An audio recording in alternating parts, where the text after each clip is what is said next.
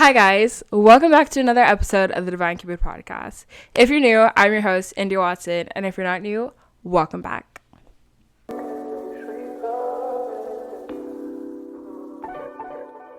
Hi guys, welcome back to another podcast episode. Happy Monday. I'm really excited to share with you guys, I feel like, my brand new revelations of the week.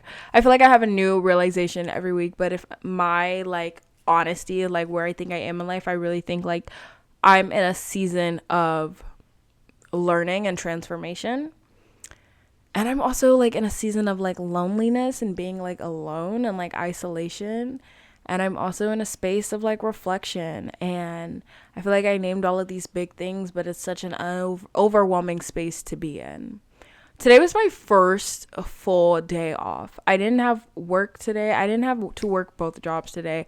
I didn't have to work at all today. I literally got my car serviced. I went on a walk with my sister. We were walking around, I guess, the neighbor, not even the neighborhood, but just the city, the city, I guess, a broad term, I guess, but because I don't live in a city central place, whatever. You know what I'm trying to say. We're walking around the community, whatever. And I don't know, I get something to eat. We get Starbucks. We go shopping a little bit. We come home. We clean all day. And I'm supposed to go to the gym, but I probably will still go. But it's just getting a little late. It's getting a little dark. And I haven't eaten. That's really bad.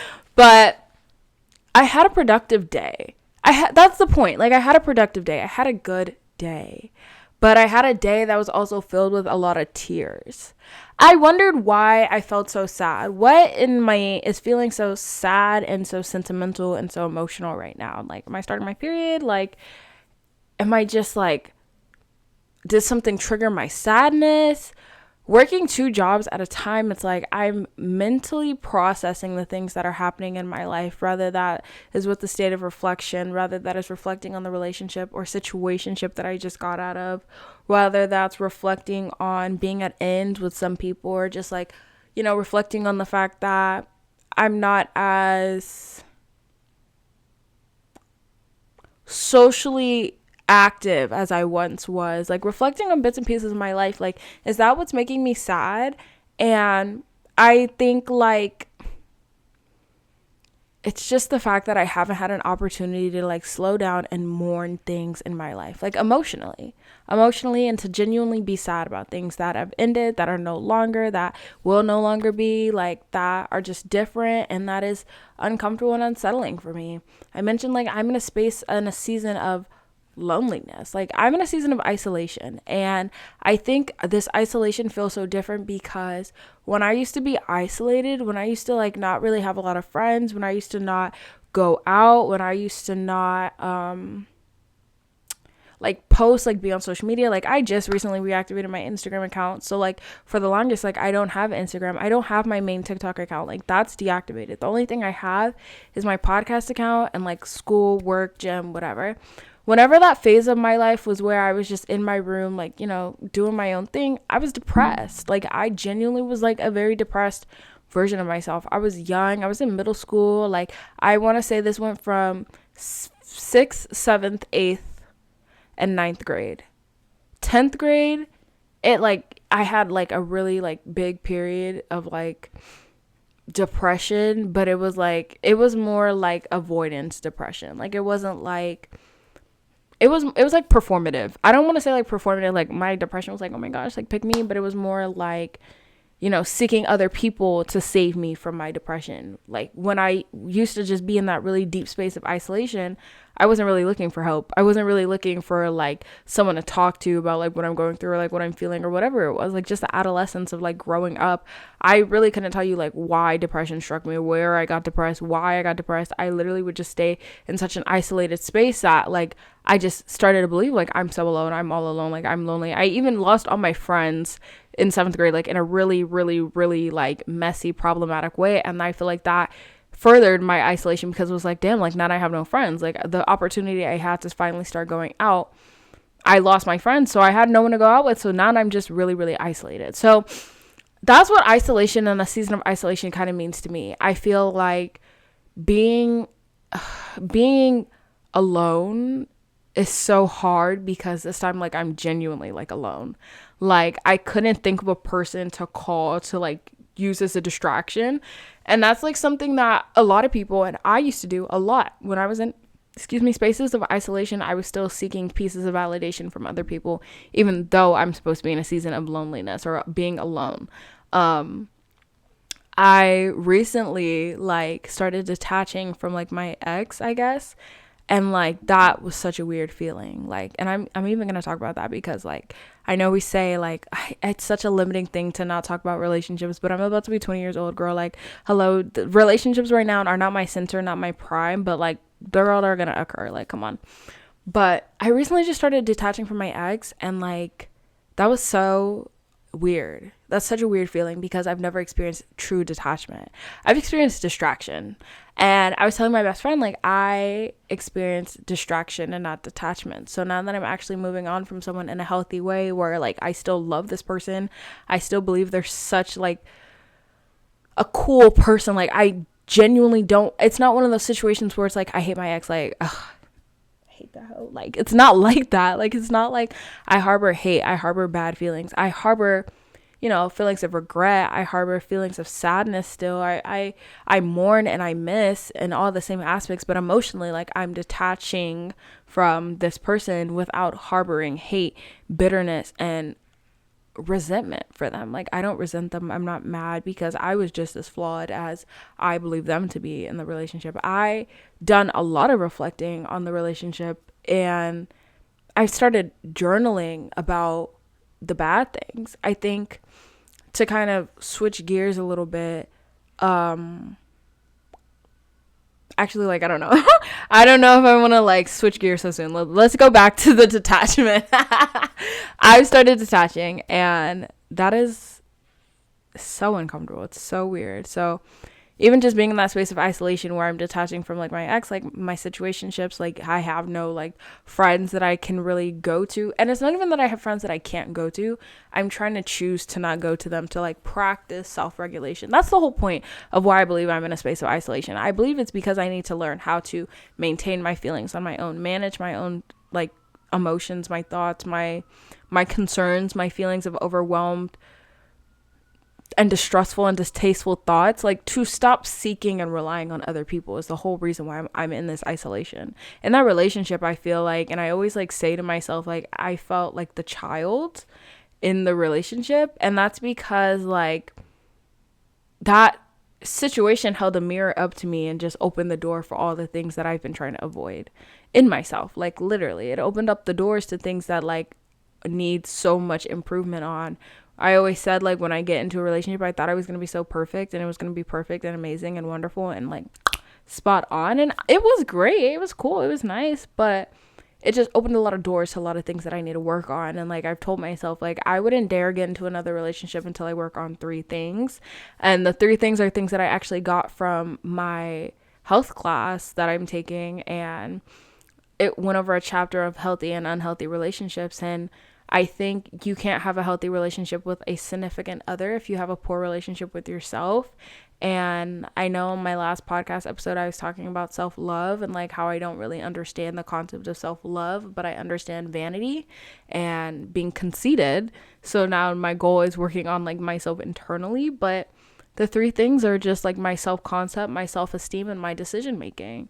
When you're in a space of isolation, I think it allows you to make really poor and bad decisions. When you're hurting, when you're moving on from a person, a situationship, a relationship, a nothingness to them or to you, like, when you're moving on from another person, I think we get so cooped up in this feeling is so uncomfortable, and I don't like how this is making me feel, how either the situation ending makes me feel or how this person makes me feel. So let me go find something or someone to make me feel differently. And that's what I did all of high school. Like, I will not sit up here and act like a saint. When I had uncomfortable feelings arise in my life, I took my happy self and I went in spaces of other people, and I kind of either leaned on them for validation, confirmation, or aid in them boosting my self-esteem, my cockiness, or my ego, my confidence. I didn't mean to say cockiness, my confidence or my ego.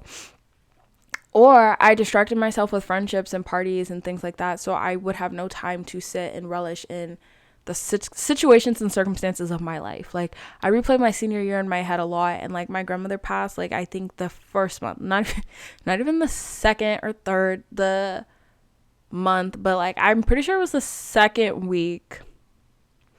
It was the second week of high school, the second week of my senior year. My grandmother passed, and then my junior year, oh my gosh, I was obsessed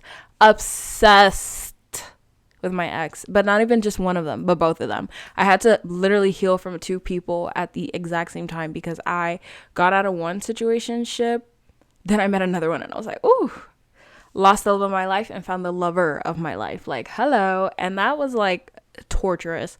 And then sophomore year, I just like, just was so stupid. Like, was so stupid. Like, just made dumb decisions. So every single year I was moving on from a person. Like, that to me baffles me. I hate that. I hate that a year I can like think about like my sophomore year, my freshman year, my junior year, my senior year, and I'm moving on from an individual in my life. Like, that to me feels so disgusting because it's like in my mind, I ask myself, have I spent every year looking for love and longing for a companionship and somebody in my life to be with me and distract me from my pain? That's literally why I'm in the space of isolation, because like I need to learn to be by myself and deal with hard things on my own without looking for comfort in the wrong places and the wrong spaces. That's what I think isolation does for you. And that's why I say decision making is such a keen and valuable thing to learn before you get into a new relationship, because the way you handle like hard times in your life on your own, the way you just make your own decisions when nobody else in your life is holding you accountable or should be holding you accountable, I think is really reflective of like the kind of decisions you'll make when you get inside of a relationship.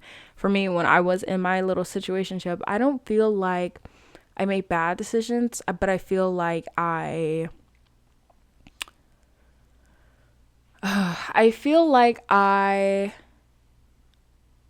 made a decision to cling on to someone and not let them compliment me, you know? I made them, this is gonna sound weird, but like I made a relationship my savior, basically. Like, not this person, but I've always believed like love will save you from pain.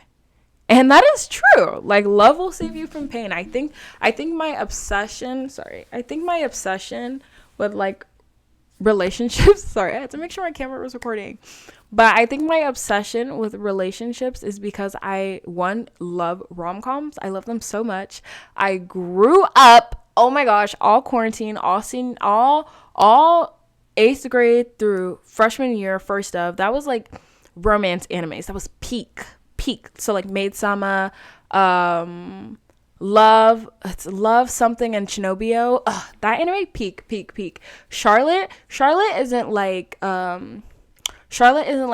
made to be romance. Like, it's more like it's a really good anime, but it becomes romance. Anything with a little bit of like, romance in it, like Oran Host Club, that would never be like top, that would never be peak, that would never be on the list of like good romance animes. To me, it's like I waited all of this time for a hug at the end. Hell no. So that's not on my list. But just know, like, my 8th grade through freshman year was romance animes, and then like through COVID, like obviously it became romance movies. And like growing up, I don't really watch a lot of like, well, I watch a lot of horror and romance. Like, that truly was what it was. But like, now that I'm older, I don't really watch romance movies, and I've been trying, because this is another thing, I have been trying to kind of break the stigma in my mind that life is going to be like a movie. I think we watch these romance movies and it kind of programs us to believe like this is what love is going to be, this is what love looks like, this is what love is, when it's all just for audience approval and appraisal. But yeah, I made a relationship my savior, and I always believe that love is going to save you from the trenches. Like, Cinderella was living a horrible life, and that man came in her life and saved her. And it's like so sad, because all of children movies, all of romance movies, it's always the man saving the woman from her desperate, poor, sad life. And not to say like I'm living a desperate, sad, poor life and I need saving, but you know, through hard time. Like, I don't know. I believe a relationship and love was going to pick me up and like complete me.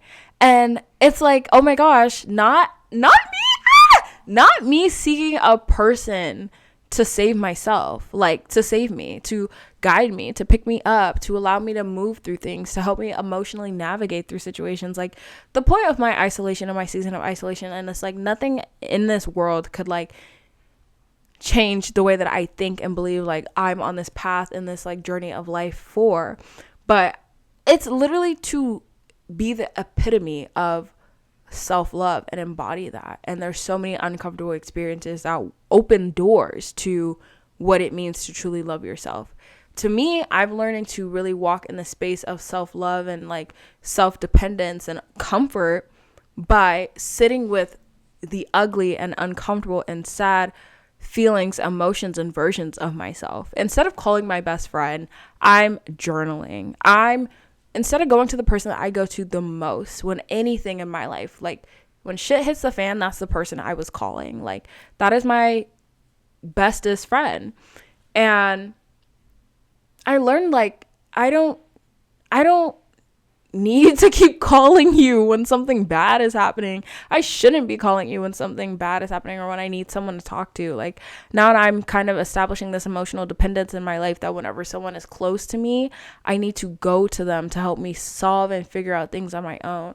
It's like, this sounds like such common knowledge. Like, when I say it out loud, it's like, bro, that's common sense. Like, we should learn how to solve our own problems and be big kids and problem solve. But like, no, I'm genuinely learning that like privacy is power. Like, not even that I need someone to help me like self-regulate and all of those things. Like, self-regulation is vital and important that I learn to do on my own, but like, I don't need you all up in my business like that. Like, I really don't. I don't need you knowing so much of like the hardship in my life. Like, I'm learning to just value every single aspect of myself, like really reflecting the self-love of myself by just learning like not everybody needs to know everything about me. And like, this is so big because I've always been an open book. Having a podcast, I've always feared would make me such a like wide open book, like spread it open book, and like everybody would know everything about me. And I've just learned to like hate being an open book. I hate when people know stuff about me, and not in a fake like, oh, I want to be mysterious. Like, no, like as an oversharer, as someone who like could meet someone, like when I met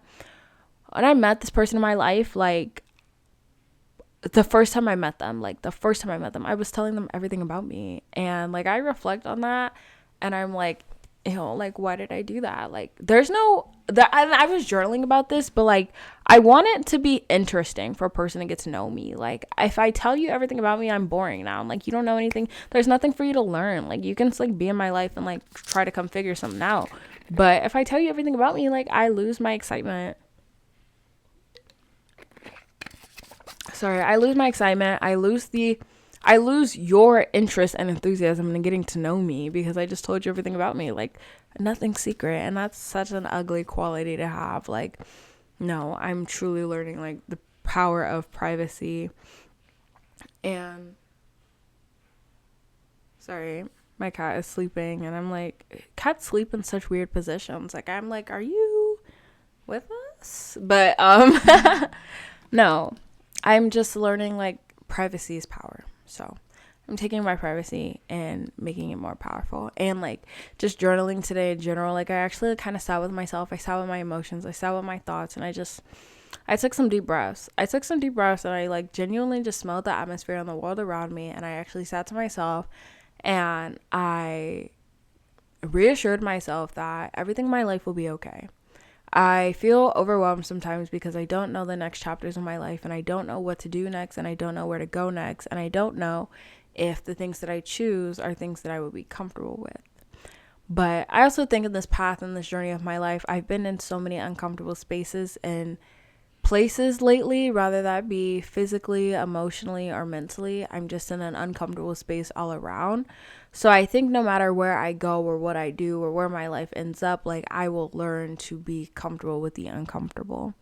The discomfort of getting to know myself and getting to know myself better and improving to make sure I am a version of myself that I actually like and love. not what other people like, what other people love, what other people want, but that I'm a version of myself that I like, that's already uncomfortable, because that's like weaving out parts of myself that I swore up and down were good but are actually bad. Like, I've been sitting with myself and like not even like in a fake growth kind of way, because it's easy to just like say things and like just say them to say them. But no, I've actually been sitting with myself and it's been really hard. Like today I actually sat on my floor and I cried, and like telling myself like it's okay to be sad about things that I expected myself to be over. Why? Because I'm a human being and I'm never going to deny myself the opportunity and the notion of just feeling. Like, I'm meant to feel because I'm a person. Like, I seen a TikTok earlier today that was like me reminding myself of all of the like disrespectful things done to me because my heart thinks it's okay to miss them. And not that I'm crying over a relationship, but I'm just crying because I have an opportunity to slow down, not be working, and actually sit and process the fact that like I feel sad about being isolated and like learning about myself in this way, and I feel uncomfortable because I don't want to be isolated. I know the growth is necessary. I know it's important. Like, I always see like videos on TikTok that are like, you have to grow comfortable with being like alone, and then the solitude starts feeling comforting. Like, you start to love being by yourself. You start to love being in your own space. You start to love yourself and know things about yourself. Like, I get to work on my self-concept and grow how I view myself. I get to work on my self-esteem and work on how I value myself. And I get to work on my decision-making and see how well and how good I can balance good and bad decisions when nobody else is telling me what to do and how to do it. Like, I'm learning to hold myself accountable. I think, I spent a lot of my life seeking relationships and other people to save, guide, heal, and teach and allow me to grow. But like, the only relationship that I think is so fundamental that I have in my life to vastly improve on is the relationship I have with myself. I think that is my journey that I'm on. Like, if I had to tell you, like, what's your pathway? Like, I've already said, like, I have no desire to get back in a relationship, and I've been practicing celibacy. So the act of intimacy with somebody or something or any, like, no, the act of intimacy in any capacity, I think, is just something that I'm uninterested in. Just because, like, why? But no, I've been in a space of learning. I've been in a space of realization. It's been in a space of growth, and I've been in a really like big place of like teaching and learning. And for that, I am grateful, and I am happy, and I am uncomfortable, but I'm okay. And that is it, honestly. Like, that is the podcast episode. So I really do hope you guys enjoyed. I love you all so much, and I will see you next week. Goodbye.